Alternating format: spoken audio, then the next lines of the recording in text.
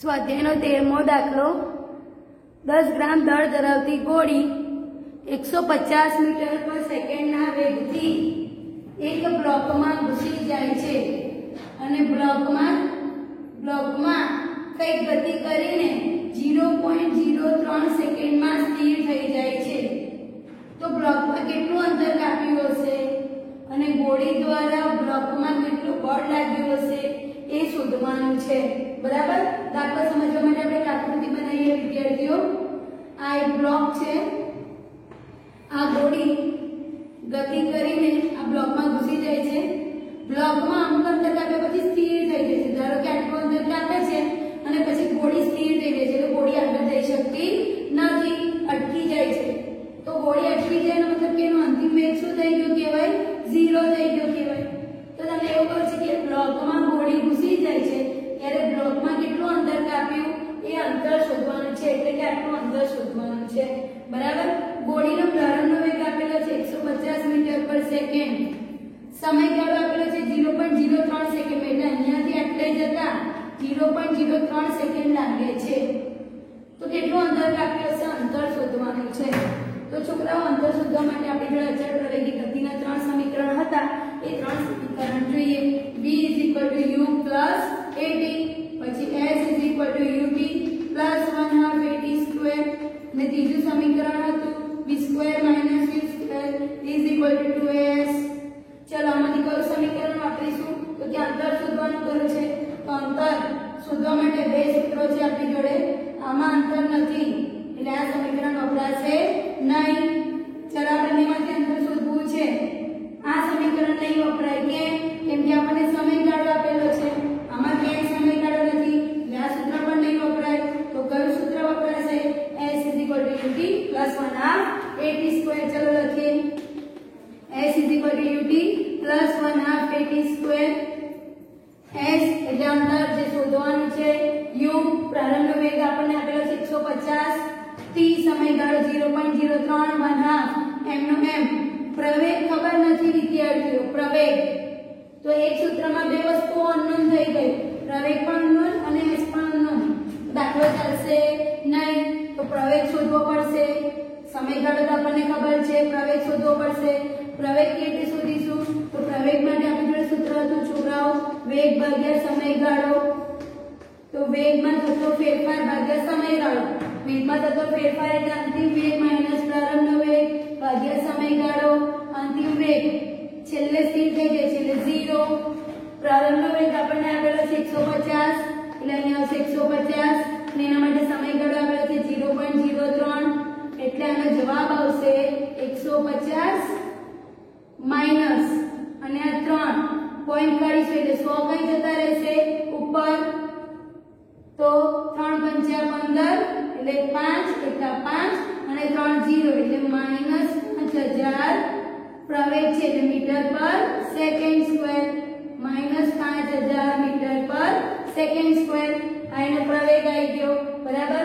તમે આ રીતે લખી રાખશો તો પણ ચાલશે, એટલે -150 ભાગ્યા 0.03 લખો તો પણ ચાલે।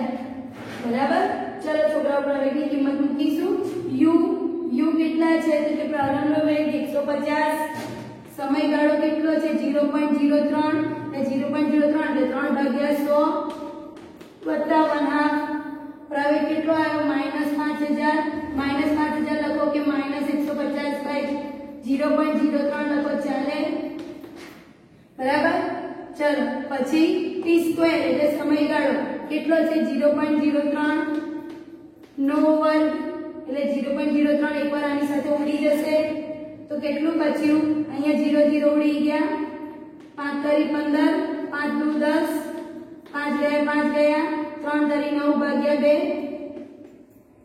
પ્લસ ઓર માઈનસ માઈનસ કેટલા બચ્યા? 1/2 બચ્યા, 150 બચ્યા અને ગુણ્યા 1 / 0.03 બચ્યા, 0.03 એટલે 3/100, 0 ગયો 0 ગયો, 5 × 15, 5 × 10, 5 ગયા 5 ગયા, 3 × 9 2 × 4 એટલે 9/2 માઈનસ 3 × 9 2 × 4 9/4 9 બાય 4 ના ચાલે, લસા લેવો પડે અને લસા લેવી એટલે 2 વડે ગુણી નાખીએ તો 9 દુ 18, 18 બાય 4 માઈનસ 9 બાય 4 તો 18 માંથી 9 જાય એટલે 9, 9 બાય 4, 9 બાય 4 લખો તો પણ ચાલે અને 9 બાય 4 ના લખો તો આપણે ભાગા કરીએ વિદ્યાર્થી. ધારો કે અહીંયા કરી 9 ભાગ્યા 4, 4 દુ 8, 9 માંથી 8 જાય 1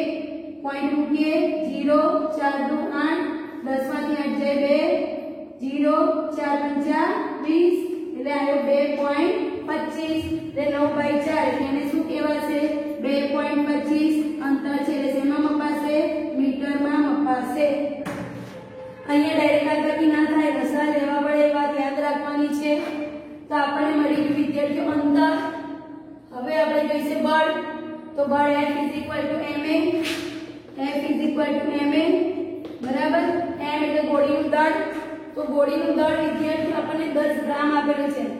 તો ગ્રામમાં દળ ચાલશે નહીં, દળને શેમાં ફેરવવું પડશે કેજીમાં કન્વર્ટ કરવું પડશે. તો દળને કેજીમાં કન્વર્ટ કરવા માટે આપણી જોડે એક સૂત્ર હતું જે જોઈએ. આપણને ખબર છે 1000 ગ્રામ = 1 kg. તો આપણી કેટલી ગોળી હતી 10 ગ્રામની ગોળી હતી. તો 10 ગ્રામ એટલે કેટલા બરાબર. તો 10 ગુણ્યા 1 ભાગ્યા 1000 એટલે 10 ભાગ્યા 1000, 0 ગયો 0 ગયો 1 બાય 100, 1 બાય 100 લખો કે 0.01 લખો બંનેનો મતલબ 1. તો દળ આપણને મળી ગયું 1 બાય 100 બરાબર. ચાલો પ્રવેગ. પ્રવેગ કેટલો આવેલો -5000. તો પ્રવેગ આવેલો -5000, 0 ગયા 0 ગયા તો 50 એકા 50 તો બળ આવ્યું -50 ન્યૂટન બરાબર. અહીં બળ કેમ માઈનસ આવ્યું કેમ કે એની ગતિનો શું થઈ રહ્યો છે વિરોધ થઈ રહ્યો છે એટલા માટે એનું મૂલ્ય જોઈએ તો માનાંક મૂકી દેવાનું. તો માનાંક મૂકી દઈએ તો જવાબ આવશે +50 ન્યૂટન બરાબર. અહીંયા આપણો દાખલો પૂરો થયો.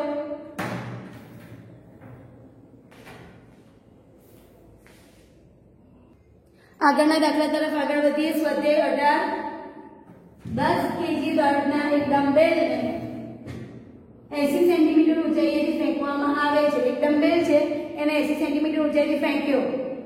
તો ફેંક્યો એટલે ડમ્બેલ જમીન સાથે અથડાશે તો જમીનને કેટલું વેગમાન મળે છે શોધવાનું છે બરાબર. તો વેગમાન શોધવા માટે વિદ્યાર્થીઓ આપણે કઈ સૂત્ર હતું વેગમાન P = mv. તો ચલો વેગમાન P = mv. m એટલે દળ. દળ આપણને આપ્યું છે 10 કિલો પણ આપણી જોડે વેગ નથી. તો વેગ કેવી રીતે શોધીશું? ચાલો એક કામ કરીએ. આ ડમ્બેલ છે એને આપણે અહીંયાથી ફેંકીએ છીએ અહીં સુધી, ઉપરથી છોડી દઈએ છીએ. ઉપરથી કઈ વેગ આપતા નથી, છોડી દઈએ છીએ એટલે પ્રારંભનો વેગ શું થઈ જશે 0. કેટલું અંતર કાપે છે તો 80 સેન્ટીમીટર અંતર કાપે છે બરાબર. સમય પણ આપ્યો નથી. તો ચાલો કયું સૂત્ર વાપરીશું? જો પહેલા છોકરાઓ P = mv સૂત્ર વાપરવું હોય તો આપણને v ખબર નથી એટલે વેગ શોધવો પડશે. તો v કેવી રીતે શોધીશું? તો v શોધવા માટે આપણે માત્ર આ બે વસ્તુનો જ ઉપયોગ કરી શકીએ. આ બંને કે જ્યારે ડમ્બેલ ઉપરથી છોડી દઈએ છે એટલે પ્રારંભનો વેગ થઈ જશે 0 અને 80 સેન્ટીમીટરથી છોડી છે એટલે આપણને અંતર આપેલું છે એટલે વેગ અને અંતર ખબર છે, સમય વિશે ઇન્ફોર્મેશન નથી. ફરીથી આ સમીકરણ પર નજર દોડાવીએ તો જો આ પહેલું અને બીજું સમીકરણ નહીં વપરાય. કેમ નહીં વપરાય? કેમ કે એમાં તો સમયગાળો આપેલો છે, આમાં સમયગાળો નથી આપેલો. v² - v² = 2s. આમાં સમયગાળો નથી આપેલો એટલે આ સમીકરણ આપણે વાપરીએ તો ચાલો એ સમીકરણ વાપરીએ v² - u² = 2as. v² એટલે એનો અંતિમ વેગ શોધવાનો છે, અહીંયા જરૂર છે એટલા માટે. પ્રારંભનો વેગ હતો 0. 2 પ્રવેગ વિશે કોઈ ઇન્ફોર્મેશન નથી પણ અહીંયા આપણે ઉપરથી છોડી દઈએ છીએ એટલે મુક્ત પતન કર્યો કહેવાય. અને મુક્ત પતન કરે વિદ્યાર્થીઓ તો તમારે યાદ રાખવાનું છે પ્રવેગ લેવાનો છે -9.8. 9.8 લો તો પણ ચાલે, કાં તો નિયરલી 10 લઈ લો તો પણ ચાલે બરાબર. ચલો ધારો કે આપણે 10 લઈ લઈએ. s શોધવાનું છે ના. s એટલે અંતર આપણને આપ્યું છે 80 સેન્ટીમીટર. સેન્ટીમીટરને મીટરમાં કન્વર્ટ કરવા પડશે તો આપણને ખબર છે કે 100 સેન્ટીમીટર એટલે 1 મીટર તો 80 સેન્ટીમીટર એ કેટલા તો શું આવશે 80 ગુણ્યા 1 ભાગ્યા 100 એટલે અંતર થશે 80 ભાગ્યા 100 બરાબર ચલો 0 ગયો તો v² બરાબર 2 ઇન્ટુ આ 0 પણ ઉડી જશે 2 ઇન્ટુ 8 એટલે v² બરાબર 8 × 16 બરાબર 16 નું વર્ગમૂળ શું નીકળશે વર્ગને દૂર કરવું હોય તો વર્ગમૂળ મૂકવું પડે તો v = ચોખ્ખું 16 એટલે v આવી ગયા 4 એ 4 ની કિંમત અહીં મૂકી દઈએ તો p = 10 × 40 એટલે વેગમાન કેટલો આવ્યો 40 કિંમત એકમ લખવું હોય તો mv પરથી આ બનશે kg મીટર પર સેકન્ડ એટલે વેગમાન આખું થઈ ગયું 40 kg મીટર પર સેકન્ડ બરાબર ફરી સમજી લઈએ દાખલો વિદ્યાર્થીઓ વેગમાન શોધવું હતું તો વેગમાન v mv હતું પણ v વિશે ઇન્ફોર્મેશન નથી v કેવી રીતે શોધીશું તો છોકરાઓ આપણી જોડે 3 સૂત્રો હતા એમાંથી મેં આ સૂત્ર પસંદ કર્યું કેમ કે આમાં સમયગાળો નથી અને આપણને રકમમાં સમયગાળો આપેલો નથી એટલે આ સૂત્ર પસંદ કર્યું એક વસ્તુ યાદ રાખવાની છે કે ઉપરથી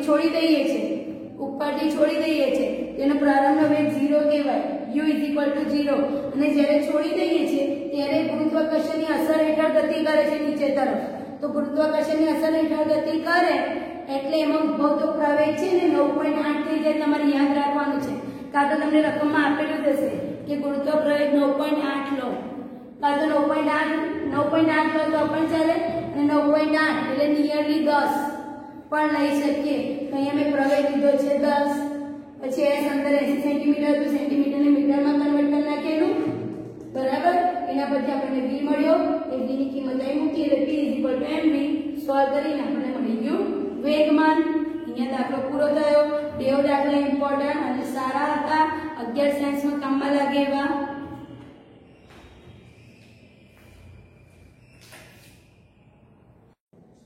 ન્યૂટનની ગતિનો ત્રીજો નિયમ લખો અને સમજાવો તો ત્રીજા નિયમનું સ્ટેટમેન્ટ કંઈક આ પ્રમાણે છે વિદ્યાર્થીઓ નિયમ બે પદાર્થો વચ્ચેની આંતરક્રિયા દરમિયાન એક પદાર્થ બીજા પદાર્થ પર જેટલું બળ લગાડે છે તેટલા જ મૂલ્યનું બળ બીજો પદાર્થ પહેલા પદાર્થ પર લગાડે છે આ બંને બળોની દિશા પરસ્પર વિરુદ્ધ હોય છે એટલે કે ધારો કે હું એક પદાર્થ છું અને બીજો પદાર્થ છે હું બીજા પદાર્થ પર જેટલું બળ લગાડું છું તેટલું જ બળ બીજો પદાર્થ પહેલા પદાર્થ પર લગાડે છે પણ બંનેના બળની દિશા કેવી હશે વિરુદ્ધ હશે હું એને આમ ધક્કો મારું છું તો એ મને આમ ધક્કો મારતો હશે બરાબર એટલે પદાર્થ 1 પદાર્થ 2 પર જેટલું બળ લગાડે છે તેટલું જ પદાર્થ 2 પદાર્થ 1 પર બળ લગાડે છે પણ બંને બળોની દિશા કેવી હશે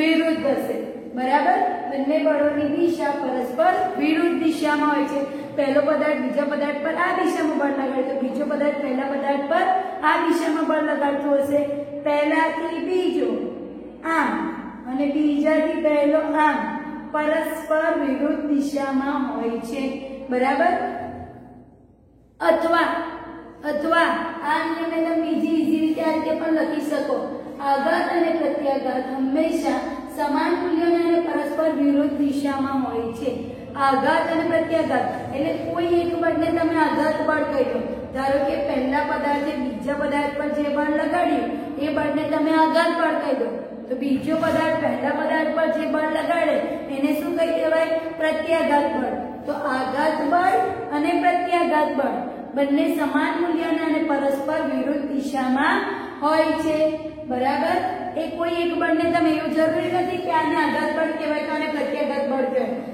સપોઝ પહેલા પ્રત્યાઘાત બળ આવે તો પછી આઘાત બળ આવી શકે છે બરાબર એટલે કોઈ પણ એક બળને આઘાત બળ કહેવાય તો કોઈ એનાથી વિરુદ્ધ જે બળ લાગતું હોય એને શું કહેવાશે પ્રત્યાઘાત બળ કહેવાશે બરાબર તો ન્યૂટનની ગતિનો ત્રીજો નિયમ થયો ત્રીજો નિયમ સમજવા માટે છોકરાઓએ મેં નાનું ઉદાહરણ લીધેલું છે ધારો કે બે ગોળા લીધેલા છે ગોળો A અને ગોળો B બરાબર તો ગોળો A એ B પર જેટલું બળ લગાડતો હશે તેટલું જ બળ ગોળો B પણ A પર લગાડતો હશે બરાબર, પણ બંનેની દિશા પરસ્પર કેવી હશે? વિરુદ્ધ હશે. જો અહીંયા મેં લખેલું છે FAB, તો FAB નો મતલબ શું થાય વિદ્યાર્થીઓ? તો FAB નો મતલબ એવી રીતે થાય કે ગોળા જે અંદર હોય ને એના પર બળ લાગે. કોના દ્વારા? તો કે બળ દ્વારા. તો FAB નો મતલબ થાય A પર લાગતું બળ B દ્વારા. A પર લાગતું બળ B દ્વારા. એટલે B એને કઈ બાજુમાં ધક્કો મારતો હશે? આ બાજુમાં. એટલા માટે એરોને આ બાજુમાં દર્શાવ્યો છે. A પર લાગતું બળ કોના દ્વારા? B દ્વારા. બરાબર, FAB નો મતલબ થાય A પર લાગતું બળ B દ્વારા. સેમ એવી રીતે FBA નો મતલબ શું થાય કે B પર લાગતું બળ A દ્વારા. એટલે B પર લાગતું બળ A દ્વારા. તો જો B પર બળ કઈ દિશામાં લાગતું હશે? A વાળો છે, A પદાર્થ છે, B પર આમ બળ લગાડતો હશે. જ્યારે B પદાર્થ A પર કઈ દિશામાં બળ લગાડતો હશે? આમ લગાડતો હશે. એટલે આ એને આમ ધક્કો મારે છે, તો આ પદાર્થ એને આમ ધક્કો મારે છે.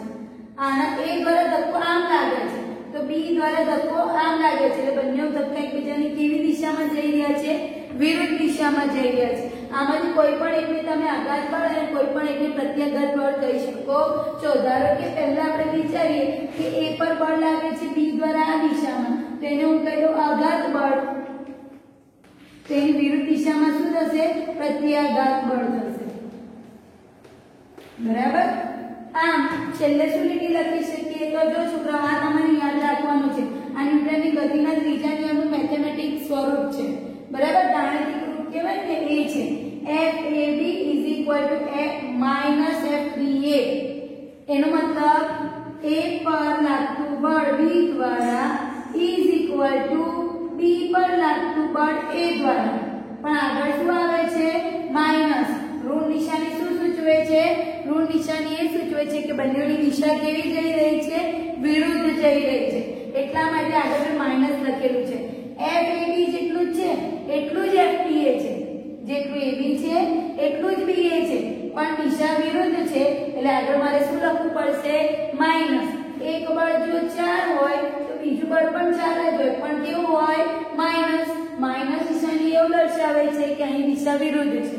બળ ક્યારે નેગેટિવ હોય નહીં, બળ ક્યારે ઋણ ના હોય છોકરાઓ, પણ અહીંયા આગળ માઈનસ નિશાની એ વિરુદ્ધ દિશા દર્શાવે છે.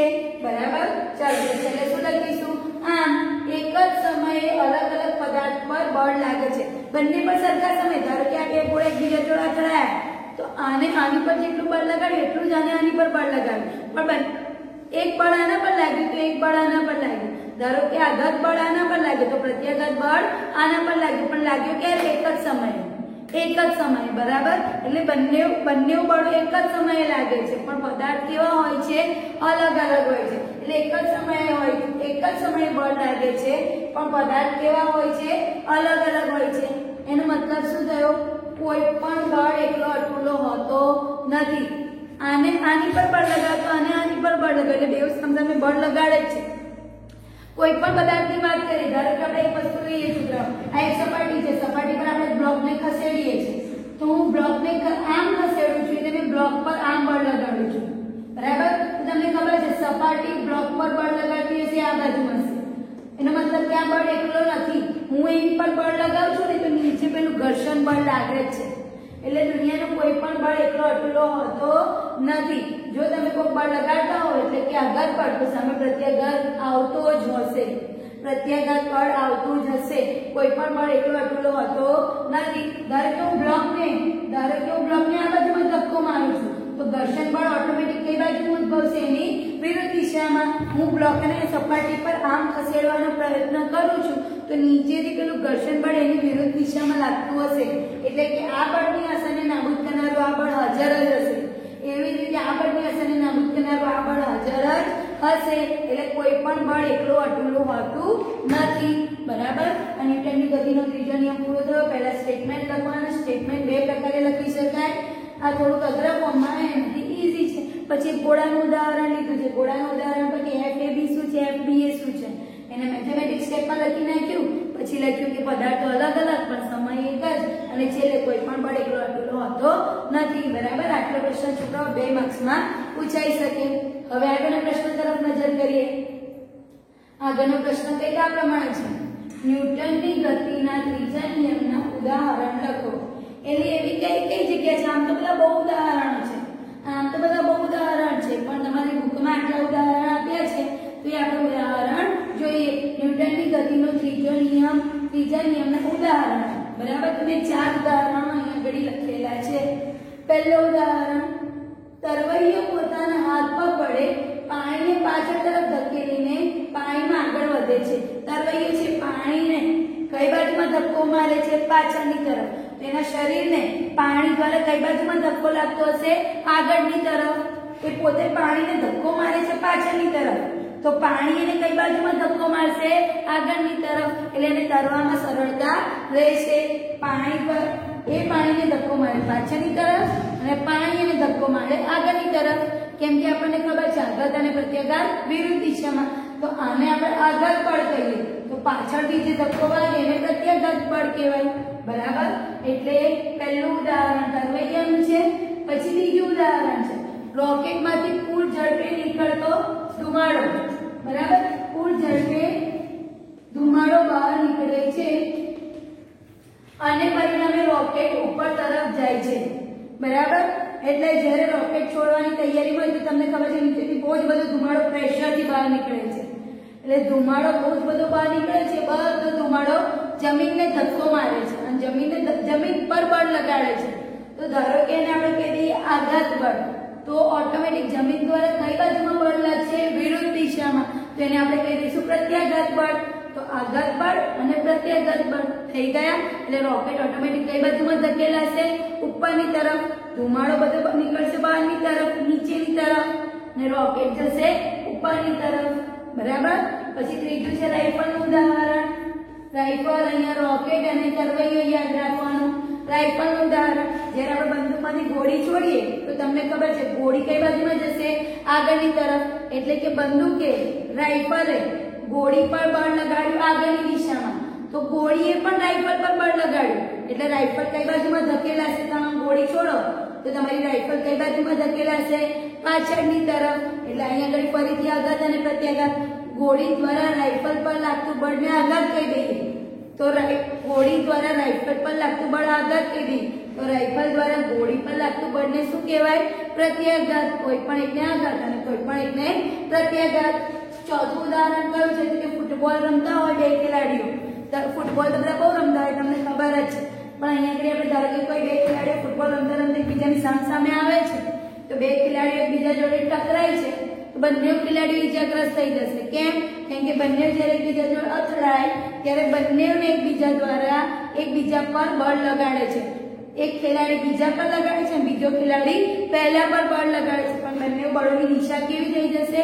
વિરુદ્ધ થઈ જશે એક આઘાત થઈ જશે અને એક પ્રત્યાઘાત થઈ જશે એટલે બે ખેલાડીઓ ઈજાગ્રસ્ત થઈ જાય છે બરાબર કેમ કે એક ક્રિયાબળ લગાડે છે તો બીજો પ્રતિક્રિયાબળ લગાડે છે આ નવો શબ્દ આવ્યો ક્રિયાબળ અને પ્રતિક્રિયા આપણે પહેલો જે વ્યક્તિ હોય એ જે બળ લગાડે એને ધારો કે ક્રિયાબળ કહીએ તો મેં જે ક્રિયા કરી એના કારણે બળ લાગ્યું એને કહેવાય ક્રિયાબળ તો એના જવાબમાં કંઈક મને બળ મળ્યું એને કહેવાય પ્રતિક્રિયાબળ બરાબર એ પહેલું જે બળ લાગે ક્રિયાને કારણે લાગ્યું એને ક્રિયાબળ કહેવાય તો સામે જે બળ આવ્યું આપણી ક્રિયાને કારણે સામે જે બળ આવ્યું એને કહેવાશે પ્રતિક્રિયાબળ એટલે ક્રિયાબળ અને પ્રતિક્રિયાબળ કાં તો આઘાત અને પ્રત્યાઘાત બધા શબ્દોનો મતલબ સેમ છે બરાબર અહીંયા ન્યૂટનની ગતિના ઉદાહરણો ન્યૂટનની ગતિના ત્રીજા નિયમના 4 ઉદાહરણો પૂરા થયા 2 માર્ક્સમાં પૂછાય અને આ થિયરી પણ 2 માર્ક્સમાં પૂછાશે તો અહીંયા ન્યૂટનની ગતિનો ત્રીજો નિયમ પૂરો થયો